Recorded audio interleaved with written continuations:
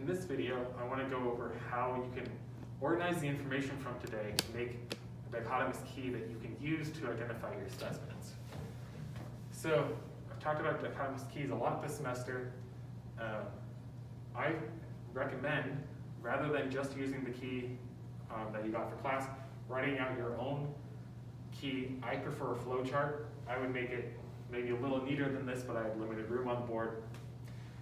And the way that you can do this, or the way that this is super helpful, is say you get some random skull. Well, you know that it's metamorphic. Okay, does it have the big oval infraorbital foremins? No. Does it have prismatic teeth? Yes.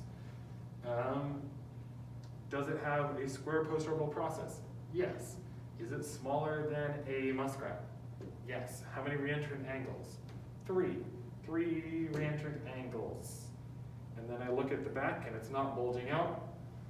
So this is Phenacomes intermedius. Notice how quickly I was just bam, bam, bam down the line.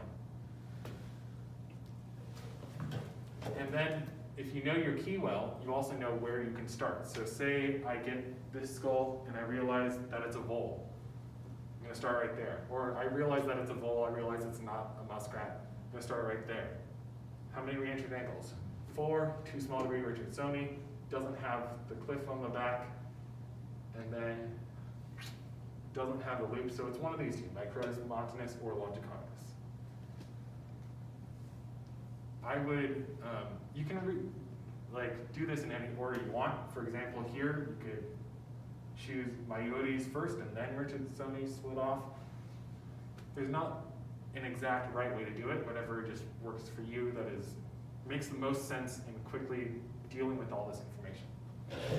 I would also make a skull and a skin chart. The skin, say you already know that it's a vole, then you could just make a small key for vole skins. You don't necessarily have to put all rodents into the same skin flowchart, because you probably can tell at a glance if it's a squirrel or if it's a vole or if it's a beaver or something.